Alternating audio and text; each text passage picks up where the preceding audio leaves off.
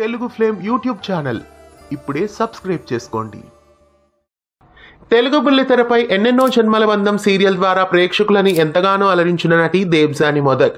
దేవ్జానీ మొదక్ వేదాగా ఎన్నెన్నో జన్మల బంధం సీరియల్లో నటించారు. తర్వాత సత్య క్యారెక్టర్లో సత్యభామ సీరియల్లో నటించారు. నిరంజన్ బిఎస్కి జోడీగా ఈమె 2 సీరియల్స్లో తెలుగు ప్రేక్షకులని అలరించారు. అయితే ఈమె తమిళ్లో కూడా పలు ప్రాజెక్ట్స్లో ప్రేక్షకులని అలరించారు. పవన్ రవీంద్ర తెలుగు బుల్లితెరపై వైదేహి పరిణయం సీరియల్లో హీరోగా నటించారు. అలాగే కాంతార సీరియల్లో కూడా కొన్ని రోజులు నటించారు. ఇక కన్నడలో కావ్యాంజలి సీరియల్లో పవన్ రవీంద్ర నటించారు. ఇక తమిళ్లో మిస్టర్ మనైవి సీరియల్లో హీరోగా నటించారు. మిస్టర్ మనైవి సీరియల్లో దేవ్జానీ మొదక్ కి పేరుగా నటించారు.